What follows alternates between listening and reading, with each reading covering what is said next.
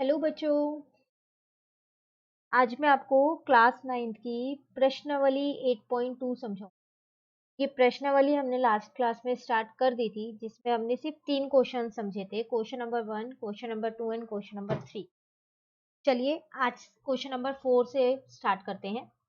Question number 4 हमारे पास यहाँ पर है। ABCD एक समलंब है जिसमें AB DC के समांतर है, साथ ही BD एक विकर्ण है और E भुजा AD का मध्य बिंदु है।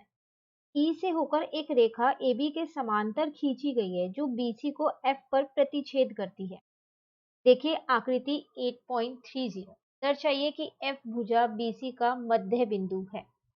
क्वेश्चन आपसे यहाँ क्या कह रहा है, आपको एक चतुर्भुज दे रखा है, समलंब चतुर्भुज आपको दे रखा है, जिसमें आपको ये वाली भुजा AB जो है वो CD के समांतर दे रखी है। साथ के साथ आपको एक विकर्ण दे रखा है BD, ठीक है। और जो आपके पास ये ई है, ये भुजा एडी का मध्य बिंदु है। मध्य बिंदु मतलब इसको दो बराबर भागों में काट रहा है ना। तो इसका मतलब मैं ये कह सकती हूँ ना कि जो डीई है वो मेरा ई ए के बराबर है।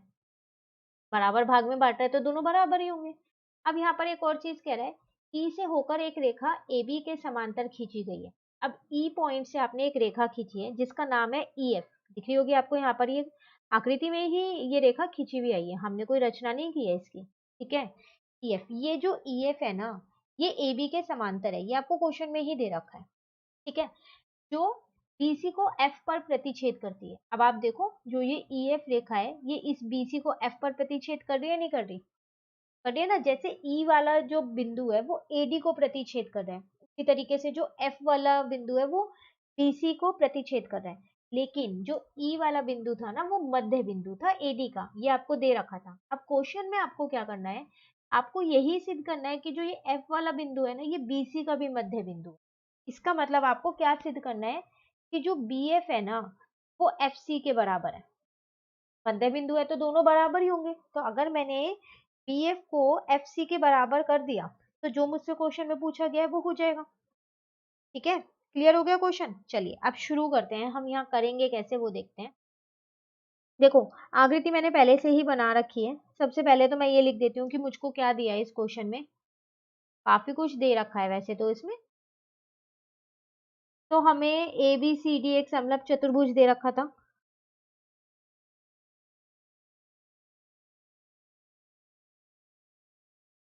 ठीक है।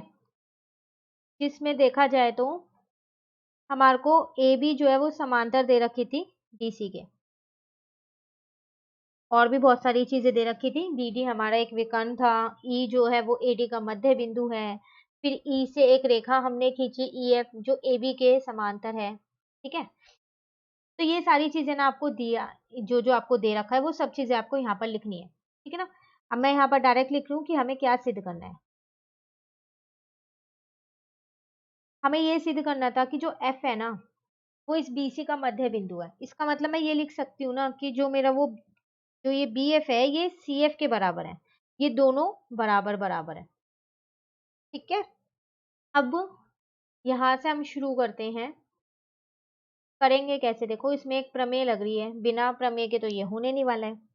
सबसे पहले हम क्या करते हैं, अपना त्रिभुज ले लेते हैं ABD। देखो मैं इसको ब्लू पेन से यहाँ पर आपको दिखा रही हूँ कि मैं कौन सा त्रिभुज ले रही हूँ यहाँ पर।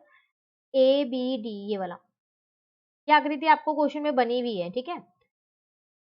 इस वाले त्रिभुज में मैं प्रमेय लगाऊंगी। पहले मैं यहाँ लिख देती हूँ कि त्रिभुज ABD में हमको AB जो है वो समांतर है EF के। ये हमारे को क्वेश्चन में ही दे रखा था, क्योंकि हमने E बिंदु से एक रेखा खींची थी, EF जो रेखा बनी और वो AB के समांतर थी, ठीक है ना। ये हमारे को क्वेश्चन में दिया हुआ था। और एक और चीज इसके साथ साथ हमारे को क्वेश्चन में दे रखी थी, वो क्या दे रखी थी कि जो E है आपका, ठीक है, वो भुजा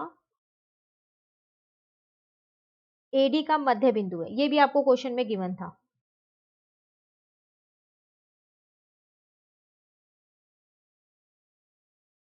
गिवन था ना, ये दे रखा था। तो अगर आपको याद हो तो आपके पास एक प्रमेय होती है, मध्य बिंदु प्रमेय। और वो प्रमेय होती क्या है, हमने ऊपर के क्वेश्चंस में भी की थी, जब हमने लास्ट क्लास में अपने क्वेश्चन नंबर 1 to 3 किए थे। अब वो प्रमेय क्या होती है, उसका कथन क्या होता है, मैं एक बार यहाँ पर पढ़ देती हूँ। किसी त्रिभुज की एक भुजा का मध्य बिंदु से दूसरी भुजा के समांतर खींची गई रेखा तीसरी भुजा को समद्विभाजित करती है।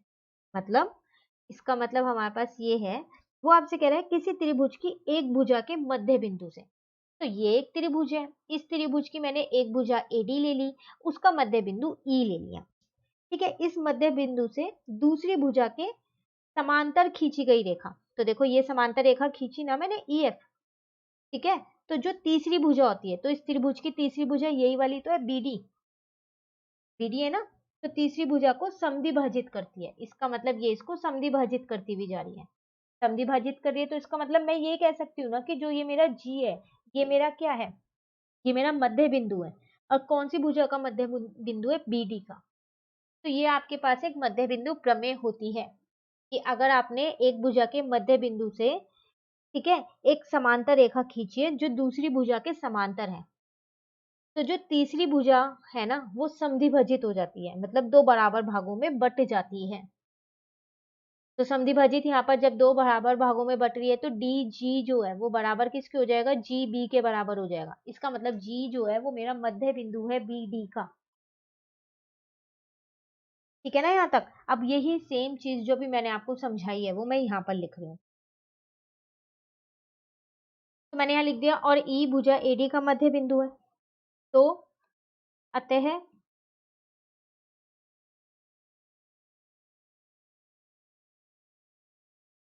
मध्य बिंदु प्रमेय, मैं प्रमेय बता देती हूँ, आपके एनसीईआरटी बुक में है ये 8.10 प्रमेय है।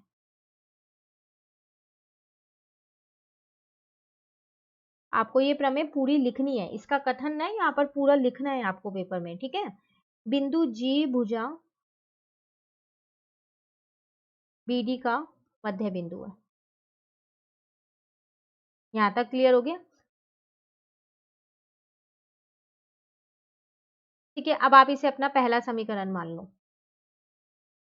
ठीक है ना, अब देखो आपको एक चीज और दे रखी थी कि जो ए बी है वो सी डी के समांतर है, ये भी आपको क्वेश्चन में दे रखा है। इसको आप अपनी समीकरण 2 मान लो। अब अगर आप देखो समीकरण 1 और 2 से आपके पास एक चीज निकल के आ रही है, वो क्या निकल के आ रही है, समीकरण 1 और 2 से ये निकल के आ रहा है कि जो सी डी है ना वो समांतर होगा ई एफ के, और जो आपके पास बिंदु जी है, ठीक है, वो भुजा बीडी का मध्य बिंदु है। मैं अभी आपको आकृति में दिखाती हूँ, पहले मैं यहाँ पर लिख दूं फिर मैं आपको आकृति में दिखाती हूँ क्या है। ये तो आपने समीकरण 1 से ही किया है, अभी समीकरण 1 में आपने यही तो किया है सिद्ध कि जो बिंदु जी है वो भुजा बीडी का मध्य बिंदु है।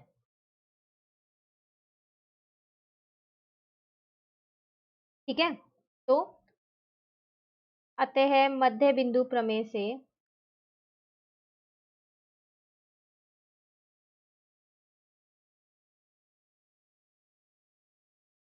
बी सी डी में, ठीक है, अब देखो जो मैंने यहाँ लिखा है पहले इतना समझ लेते हैं।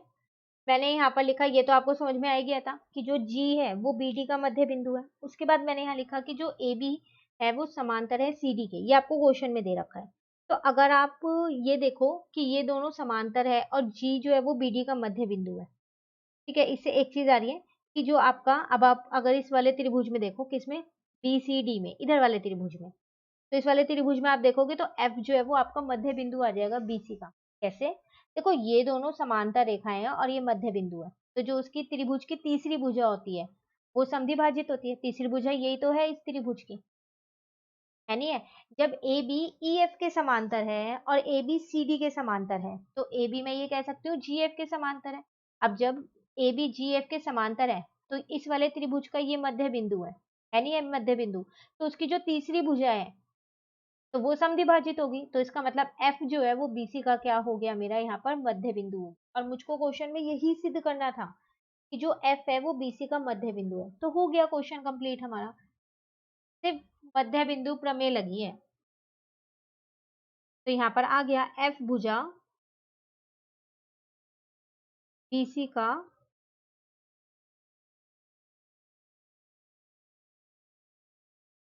मध्य बिंदु है, इसलिए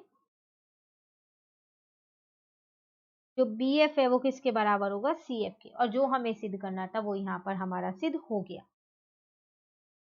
क्लियर हुआ क्वेश्चन नंबर 4 आपका। चलिए अब आते हैं हम क्वेश्चन नंबर 5 पे। तो क्वेश्चन नंबर 5 है यहाँ पर हमारे पास, हटा देते हैं। देखो यहाँ आपसे कह रहा है एक समांतर चतुर्भुज ए बी सी डी में ई और एफ क्रमशः भुजाओं ए बी और सी डी के मध्य बिंदु है। आपको आकृति दे रखी है क्वेश्चन में, दर्शाइए कि रेखाखंड ए एफ और ई सी विकर्ण बी डी को समत्रिभाजित करते हैं। क्या कह रहा है आपसे यहाँ पर, आपको एक समांतर चतुर्भुज दे रखा है एबीसीडी। समांतर चतुर्भुज की आपको पता है सम्मुख भुजाएं बराबर भी होती है और समांतर भी होती है, ठीक है। जिसमें ई और एफ जो है, कौन कौन से, ये वाला ई बिंदु ये और एफ बिंदु ये इन दोनों भुजाओं का मध्य बिंदु है। तो मैं ये कह सकती हूँ कि जो मेरा डी एफ है वो एफ सी के बराबर है क्योंकि मध्य बिंदु है एफ, और ए ई जो है वो ई बी के बराबर है क्योंकि मध्य बिंदु है ई। यहाँ तक क्वेश्चन समझ में आया। अब आपको यहाँ पर सिद्ध क्या करना है कि जो ए एफ है और जो ईसी है, ये दोनों भुजा जो विकर्ण बीडी है उसको क्या कर रही है, समद्विभाजित कर रही है, मतलब इनको बराबर भाग में बांट रही है। तो सीधा आपको ये करना है कि जो डीपी है वो पी क्यू के बराबर है और वही क्यू बी के बराबर है। ये दोनों भुजाएं इस विकर्ण को समद्विभाजित कर रही है, बराबर बराबर काटती हुई जा रही है। क्वेश्चन समझ में आ गया क्या दिया है, क्या आपको सिद्ध करना है। चलिए अब शुरू करते हैं हम अपना क्वेश्चन। यहाँ पर पहले आकृति बना लेते हैं, क्वेश्चन में दे रखी है, और क्वेश्चन नंबर डाल लेते हैं। तो आपको एक समांतर चतुर्भुज दे रखा था जिसका नाम था हमारे पास ए बी सी और डी, ठीक है। फिर यहाँ से आपको एक एफ जो है वो सी डी का मध्य बिंदु दे रखा था, और जो यहाँ से ई है वो किसका मध्य बिंदु दे रखा था, ए बी का। तो हम एफ नाम दे देते हैं और इसको हम ई नाम दे देते हैं। उसके बाद आपको एक विकर्ण भी दे रखा था, ठीक है, बी डी, जिसमें हमको ये सिद्ध करना था कि जो ये दोनों बिंदु है ये बराबर, पूरे जो हमारे पास ए एफ है और ई सी है वो बी डी को समद्विभाजित करिए, बराबर भागों में बांटती हुई जा रही है। तो इसको नाम दे रखा था हमने पी और क्यू। ये हमारे को आकृति क्वेश्चन में दे रखी। चलो अब हम अपना आंसर यहाँ पर शुरू करते हैं। सबसे पहले तो हम यही लिख लेते हैं कि हमको क्या दिया है। तो क्वेश्चन में हमको यहाँ पर दिया है कि एक समांतर चतुर्भुज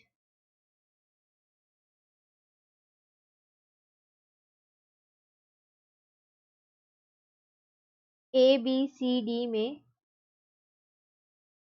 ई और एफ क्रमशः भुजाओं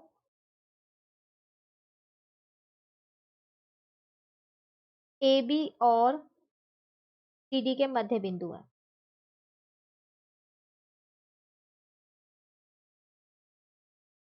ठीक है, सीधा आपको यहाँ पर क्या करना था,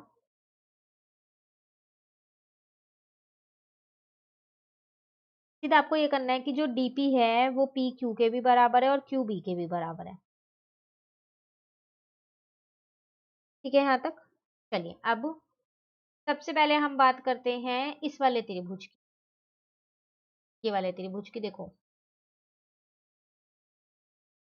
क्या नाम है इस त्रिभुज का, हमारे पास ए पी डी,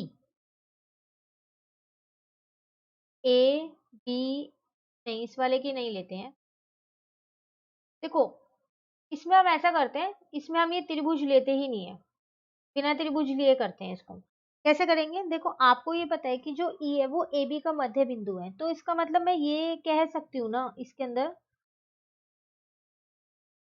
कि जो ए ई है वो आधा होगा किसका, ए बी का, क्योंकि मध्य बिंदु है तो दोनों ये बराबर होंगे, तो ए ई ए बी का आधा होगा।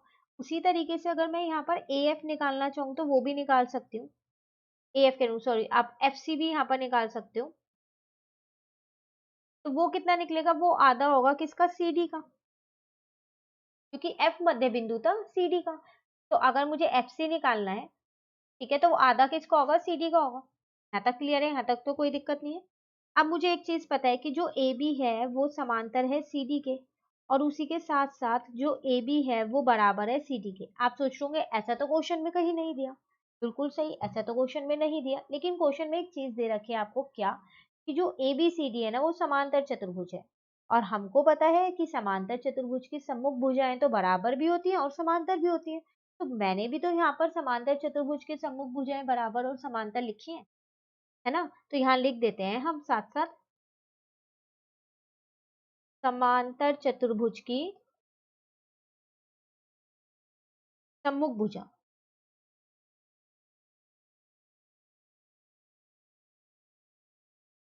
ठीक है यहाँ तक। तो इसका मतलब अब आप यहाँ पर ध्यान से देखो, ये दो जो समीकरण आपने यहाँ बना रखी है, अगर मैं इसे एक नाम दे दूं और इसे एक दो नाम दे दूं, तो मैं यहाँ पर ये लिख सकती हूँ कि जो मेरा AE है वो FC के बराबर है। कैसे? देखो, अगर आप समीकरण दो में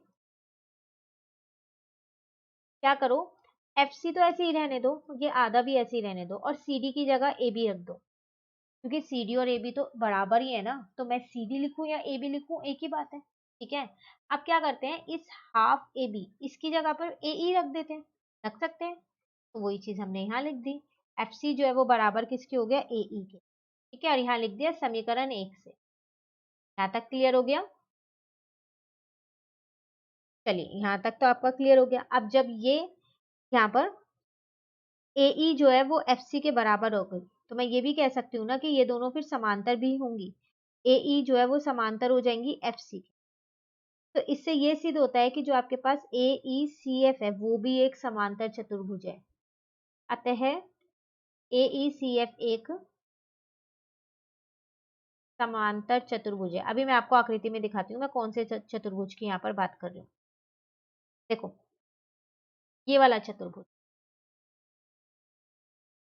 ये है ना आपके पास फिर एक समांतर चतुर्भुज। क्यों? क्योंकि इसकी सम्मुख भुजाएं बराबर भी हो गई और समांतर भी हो गई, तो इसका मतलब ये आपका समांतर चतुर्भुज है। ठीक है। अब ये समांतर चतुर्भुज है, तो अब अगर आप देखो, तो जो ये F है, ये इस CD का मध्य बिंदु है, मध्य बिंदु है ना। तो मैं ये कह सकती हूँ यहाँ पर कि जो आपके पास FP है, ये आकृति में देखो बस आप, जो ये आपके पास FP है, ये किसके समांतर होगी, ये CQ के समांतर होगी। क्यों? क्योंकि जो F है वो तो मध्य बिंदु है ना CD का, तो फिर ये वाली दोनों जो है वो समांतर होंगी, होंगी नहीं होंगी समांतर।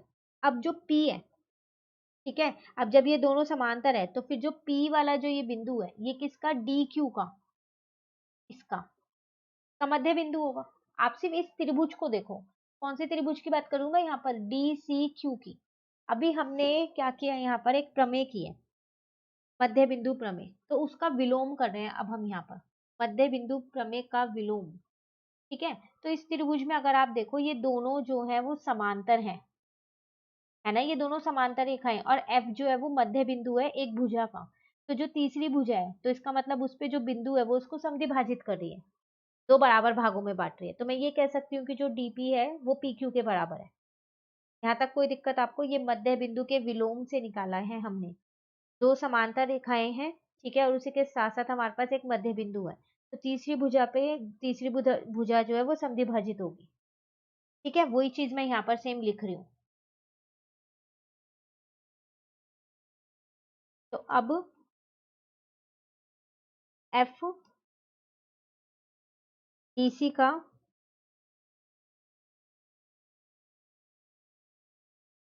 मध्य बिंदु है, और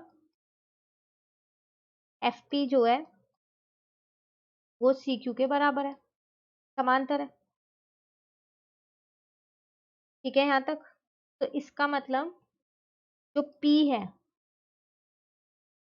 वो भुजा DQ का मध्य बिंदु है, और किससे, मध्य बिंदु प्रमेय के विलोम से।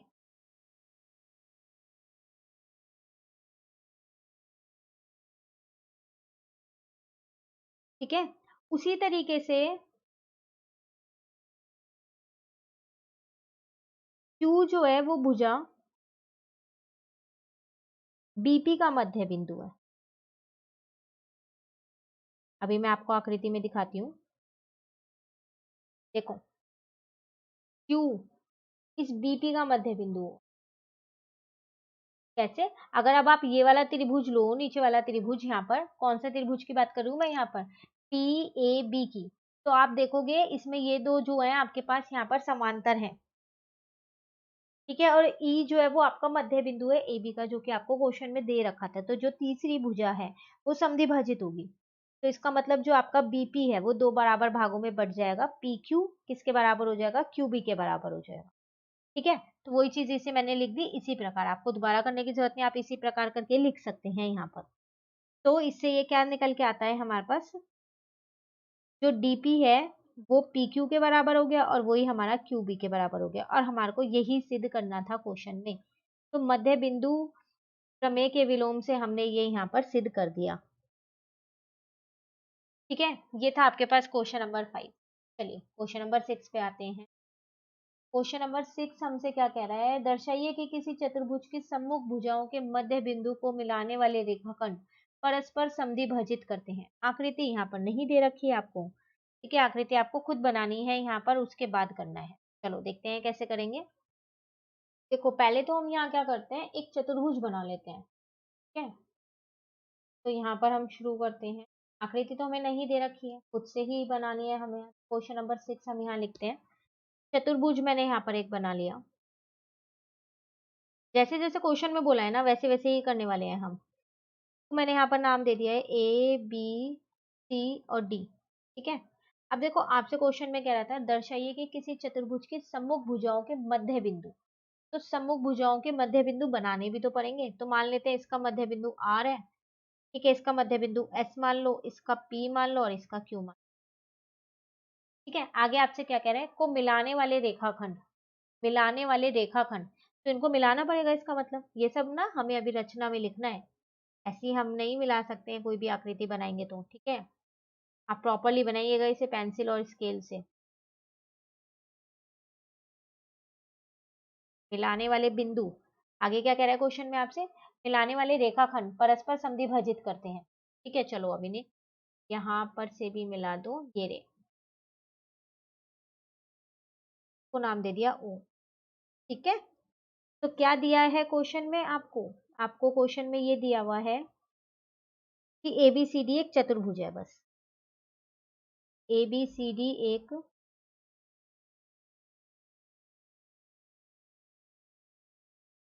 चतुर्भुज है, ठीक है, जिसमें आगे लिख देते हैं चलो उसके,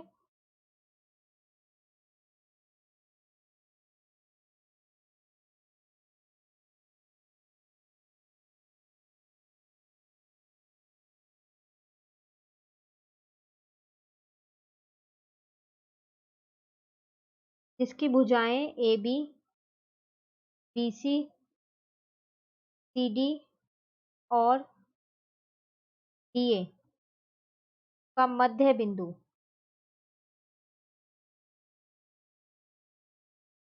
क्रमशः PQR और S है। ये है ना चार मध्य बिंदु, तो सारी चीजें मैंने यहाँ लिख दी। अब मुझे यहाँ सिद्ध क्या करना है,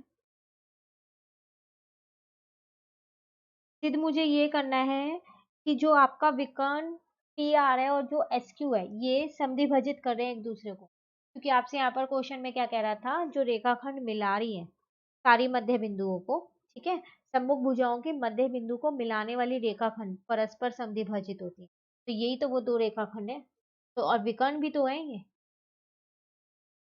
है ना। तो वही चीज मैं यहाँ लिख देती हूँ कि विकर्ण PR और SQ एक दूसरे को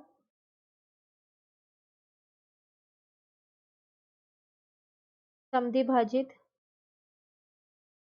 करते हैं, ये आपको सिद्ध करना है, ठीक है। चलिए आप शुरू करते हैं, हम आसान है ये, ज्यादा मुश्किल नहीं है। देखो अगर आप अपने त्रिभुज में देखो, त्रिभुज ADC में A, ठीक है, DC, तो त्रिभुज बना लेते हैं पहले, इसे बना हुआ नहीं है ये लो ADC, अगर आप अपने इस वाले त्रिभुज में देखो तो ए डी और सी डी इन दोनों का मध्य बिंदु एस और आर है। जब ये इन दोनों का मध्य बिंदु है तो फिर मैं मध्य बिंदु प्रमेय से ये कह सकती हूँ कि जो एस आर है वो ए सी के जो है समांतर होगा और एस आर है जो वो ए सी का हाफ होगा। मध्य बिंदु प्रमेय से ये कह सकती हूँ ना मैं ये। ठीक है, तो वही चीज मैंने यहाँ पर लिख दी। ये प्रमेय आप क्वेश्चन नंबर 1 to 3 में भी किया आपने। मैंने यहाँ लिखा त्रिभुज ए डी सी में ए डी तथा सी डी का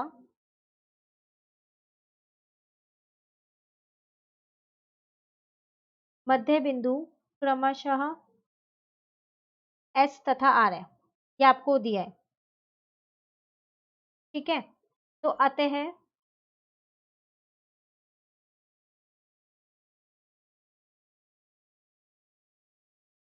मध्य बिंदु प्रमेय से एस आर जो है वो समांतर हो गया ए सी के और एस आर जो है वो हाफ हो गया ए सी के। इसको समीकरण 1 मान लो। उसी तरीके से अब आप अपना दूसरा त्रिभुज लो। कौन सा? इस बार ये वाला लेना है, यहाँ वाला ए बी सी वाला।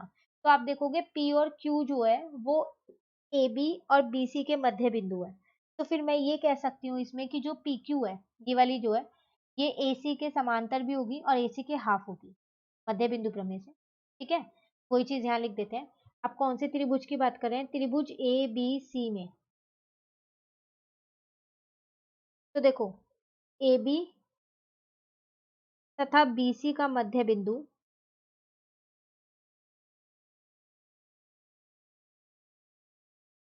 क्रमशः पी तथा क्यू है। ये भी आपको दे रखा है। ठीक है, इसलिए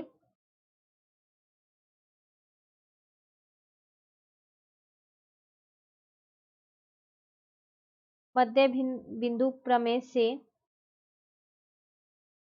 पी क्यू जो है वो समांतर हो जाएगा ए सी के और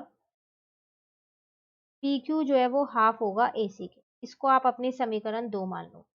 अब अगर आप समीकरण 1 और 2 से देखो तो एक चीज निकल के आ रही है। वो क्या? समीकरण 1 और 2 से क्या निकल के आ रहा है? देखो, आपने देखा जो एस आर है वो ए सी के भी समांतर है, ए सी जो है वो एस आर के भी समांतर है और ए सी जो है वो पी क्यू के भी समांतर है। तो इसका मतलब इन दोनों समीकरण को देखूं तो मैं ये लिख सकती हूँ कि जो एस आर है वो पी क्यू के समांतर है। और दूसरी चीज अगर आप देखो तो यहाँ पर एस आर जो है वो हाफ ए सी है और दूसरी समीकरण में जो पी क्यू है वो हाफ ए सी है। तो दोनों जगह हाफ ए सी है तो मैं पी क्यू को एस आर के बराबर लिख सकती हूँ। तो वही चीज मैंने यहाँ पर लिख दी। ठीक है यहाँ तक? अब आप ये देखो, जो ये है आपके पास एक चतुर्भुज है पी क्यू आर एस। अंदर वाला चतुर्भुज देखो, सिर्फ ये वाला। मैं इसको ग्रीन पेन से यहाँ पर हाईलाइट करूँ। देखो, जो मध्य बिंदु से बना हुआ है। अगर आप देखो इस चतुर्भुज की आपके पास सम्मुख भुजाएं जो हैं एस आर और जो पी क्यू है वो समांतर भी आ गई हैं और बराबर भी आ गई हैं। तो अगर किसी भी त्रिभुज की सॉरी किसी भी चतुर्भुज की सम्मुख भुजाएं समांतर और बराबर होती है तो वो कौन सा चतुर्भुज होता है? वो हमारा समांतर चतुर्भुज होता है। तो इसका मतलब मैं ये कह सकती हूँ कि पी क्यू आर एस मेरा जो है वो समांतर चतुर्भुज है। कह सकती हूँ ना, क्योंकि इसकी सम्मुख भुजाएं बराबर भी आ गई हैं और समांतर भी आ गई हैं। कोई चीज अब हम यहाँ लिख देते हैं।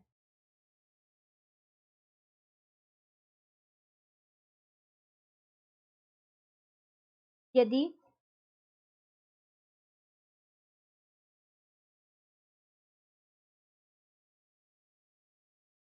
किसी चतुर्भुज के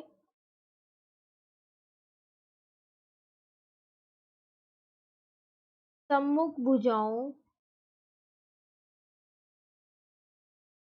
के एक युग्म में से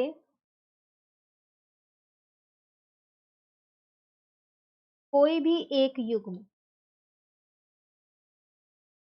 बराबर और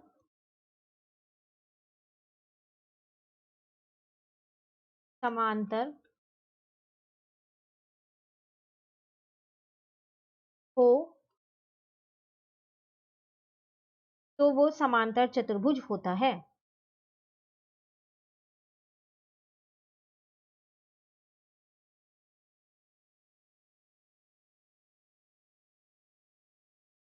ठीक है, तो इसका मतलब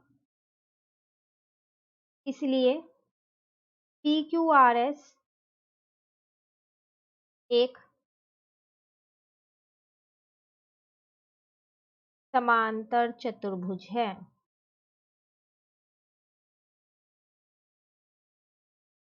यहां तक क्लियर हो गया।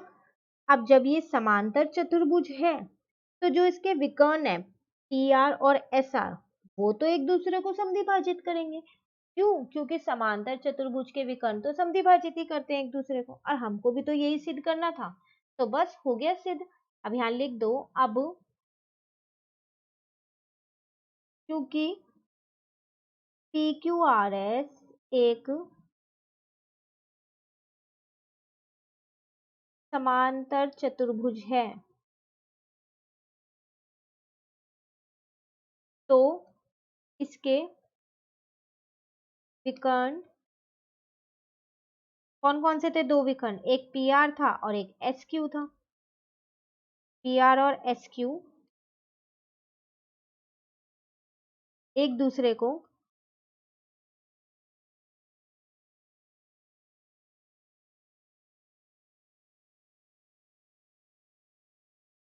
समद्विभाजित करते हैं, और हमको यही सिद्ध करना था क्वेश्चन में,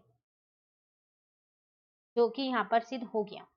था ना आसान? तो हमने सिर्फ मध्य बिंदु प्रमेय लगाई दो त्रिभुजों में और यहाँ पर निकाल ली, और मध्य बिंदु प्रमेय आपको एनसीईआरटी में दे रखी है। Clear question number 6। चलिए लास्ट क्वेश्चन पे आ जाते हैं, क्वेश्चन नंबर 7। फिर हमारी ये प्रश्नावली और ये चैप्टर दोनों ही कंप्लीट हो जाए। देखो क्वेश्चन आपके पास यहाँ पर है, एबीसी एक त्रिभुज है जिसका कोण सी समकोण है। कर्ण AB के मध्य बिंदु M से होकर BC के समांतर खींची गई रेखा AC को D पर प्रतिच्छेद करती है। दर्शाइए कि, यहाँ पर 3 आपको पार्ट दे रखे हैं। क्वेश्चन समझ लेते हैं पहले क्वेश्चन क्या है, फिर पार्ट देखेंगे। आपको एक त्रिभुज दे रखा है, वो भी समकोण, समकोण C पे है। इसका मतलब C पे 90 डिग्री का कोण है। ठीक है, अब जो AB है ना आपके पास, उसका मध्य बिंदु है M। M से होकर BC के समांतर एक रेखा खींची गई है AC, को D पर प्रतिच्छेद कर। ठीक है, जैसे जैसे क्वेश्चन में बोला है ना, ऐसा करते हैं, पहले आकृति बना लेते हैं, क्योंकि क्वेश्चन में हमारे को आकृति यहाँ नहीं दे रखी। चलिए यहाँ पर करते हैं। तो क्वेश्चन नंबर 7 है हमारे पास, एक चतुर्भुज हमारे को दे रखा था जो कि समकोण चतुर्भुज है। तो 90 डिग्री किस पे दे रखा है हमारे को? सी पे। तो यहाँ सी लिख देते हैं, यहाँ पर ए लिख देते हैं, यहाँ पर बी लिख देते हैं। अब ए बी का मुझे मध्य बिंदु एम दे रखा था। ठीक है, यहाँ से एक रेखा खींची गई है एसी पर। क्वेश्चन में क्या कह रहा था? एसी को डी पर प्रतिच्छेद करती है, एसी को डी पर प्रतिच्छेद कर रही है। ठीक है यहाँ तक? चलिए अब आपसे कह रहा है यहाँ पर डी भुजा एसी का मध्य बिंदु है। पहले पार्ट में ये सिद्ध करना है कि जो ये डी है वो एसी का मध्य बिंदु है, ये आपको यहाँ पर सिद्ध करना है। ठीक है, चलो यहाँ पर करते हैं फर्स्ट अपना।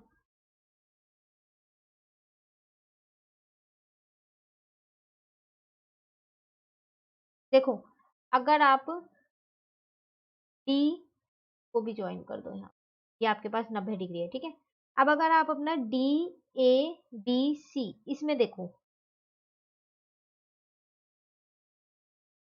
तो आप देखोगे कि जो एम है वो आपकी भुजा ए बी का मध्य बिंदु है, और जो एम डी है ये समांतर है सी बी के, है ना? आपको यहाँ पर कह रहा था ना, एक समांतर रेखा खींची गई है, तो ये दोनों समांतर है और ये मध्य बिंदु है। तो फिर मैं मध्य बिंदु प्रमेय जो 8.10 है हमारे पास, उससे मैं ये कह सकती हूँ कि जो डी है वो एसी का मध्य बिंदु होगा। क्योंकि अभी हम ऊपर के क्वेश्चन में भी करके आए हैं कि अगर आपके पास एक मध्य बिंदु से खींची गई रेखा दूसरी भुजा के समांतर होती है तो तीसरी भुजा को वो समद्विभाजित करती है। वो वाली रेखाखंड तीसरी भुजा को समद्विभाजित करती है ना, इसका मतलब जो ये एम डी है ये एसी को समद्विभाजित कर रही है, तो एडी बराबर सी डी हो जाएगा। और पहले पार्ट में हमारे को यही सिद्ध करना है। ठीक है, बस अब लिखने का तरीका मैं आपको बता देती हूँ। आपको यहाँ लिखना है एम भुजा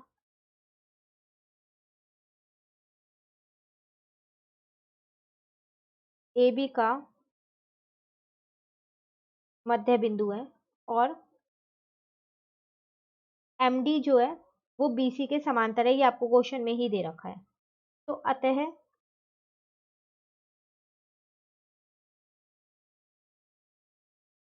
मध्य बिंदु प्रमेय से, ठीक है, जो 8.10 है वो वाली प्रमेय से मैं ये कह सकती हूँ कि डी भुजा AC का मध्य बिंदु है।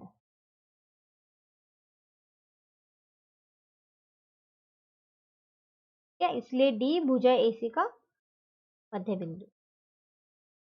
तो AD जो है वो किसके बराबर आ गया, CD के। पहले पार्ट में तो आपको यही सिद्ध करना था, इसको आप समीकरण 1 ले लो, आगे काम आ सकती है ये। चलिए अब यहाँ पर हम अपना दूसरा पार्ट देखते हैं। दूसरे पार्ट में कह रहा है MD जो है वो लंब है AC पर। MD जो है वो लंब है AC पर। तो इसका मतलब आपको, अगर आप यहाँ पर क्या करो, 90 डिग्री सिद्ध कर दो। इसको 90 डिग्री सिद्ध कर दोगे आप यहाँ पर ADM को, इस वाले को या फिर इस वाले को, किसी भी एक को 90 डिग्री सिद्ध कर दो, तो पता चल जाएगा कि जो MD है वो AC पे लंब है, क्योंकि लंब जब भी होता है तो वो 90 डिग्री का ही होता है। अब हम इसको कैसे करने वाले हैं, देखो आपको इतना तो क्वेश्चन में दे रखा है कि MD जो है वो समांतर है BC के, ये तो आपको दिया है क्वेश्चन में। और AC जो है, देखो जब ये दोनों MD जो है BC के समांतर है, मैं ये कह सकती हूँ कि जो आपकी वो AC है ये आपकी एक त्यर्क रेखा है। जब ये दोनों समांतर है तो मैं इसे त्यर्क रेखा कह सकती हूँ ना AC को, कोई चीज मैं यहाँ लिख रही हूँ, AC एक त्यर्क रेखा है, ठीक है। अब जब ये त्यर्क रेखा है तो इसका मतलब जो आपके पास ADM ये वाला जो कोण है, ये वाला कोण, ये किसके बराबर होगा, ACB के, इस वाले कोण के बराबर होगा, संगत कोण। जब हमारी MD BC के समांतर है तो AC मेरी त्यर्क रेखा है, और जब मेरी AC त्यर्क रेखा है तो इसका मतलब जो कोण ADM है वो कोण ACB के बराबर होगा, संगत कोण है। और कोण ACB तो आपके पास 90 है, क्यों, क्योंकि क्वेश्चन में आपको दे रखा था जो समकोण त्रिभुज है वो समकोण C पे है। और जब ये 90 है तो फिर ये भी 90 ही होगा, ये तो सिद्ध करना था अभी। सेकेंड पार्ट भी आसानी से सिद्ध हो गया ये तो इसका मतलब कोण ADM जो है वो कोण ACB के बराबर है, और यहाँ लिख देंगे हम, ये हमारे क्या है, संगत कोण, ठीक है। तो इसका मतलब मैं ये कह सकती हूँ कि कोण ADM जो है वो 90 डिग्री है, क्यों, क्योंकि कोण ACB जो है वो भी 90 डिग्री है, ये तो क्वेश्चन में दिया था। अतः MD जो है वो लंब हो गया AC, ठीक है। एक लास्ट पार्ट रह गया, थर्ड पार्ट, फिर हमारी ये प्रश्नावली जो है वो पूरी हो जाएगी, साथ के साथ चैप्टर भी कंप्लीट हो जाएगा। लास्ट कह रहा है हमको CM जो है वो MA के बराबर हो और जो हाफ हो AB के, ये आपको यहाँ पर सिद्ध करना है। कैसे करेंगे, पहले यहाँ पर लिख लें, CM जो है वो किसके बराबर हो, MA के और हाफ AB के, ये आपको यहाँ पर सिद्ध करना है। चलो करते हैं इसको भी। अब मैं यहाँ पर ना दो त्रिभुजों को सर्वांग सम सिद्ध करूंगी पहले। कौन कौन से, एक त्रिभुज में लूंगी ADM, और एक त्रिभुज में यहाँ पर लूंगी CDM। कौन कौन से मैं आपको आकृति में दिखा देती हूँ। ADM ये ऊपर वाला है और CDM ये वाला है। तीन चीजें चाहिए। एक चीज तो मुझे पता ही है, जब D मध्य बिंदु था पहले पार्ट में तो AD जो है वो CD के बराबर होगा, तभी मैंने आपको कहा था नहीं आगे काम आ जाएगा, देख लो।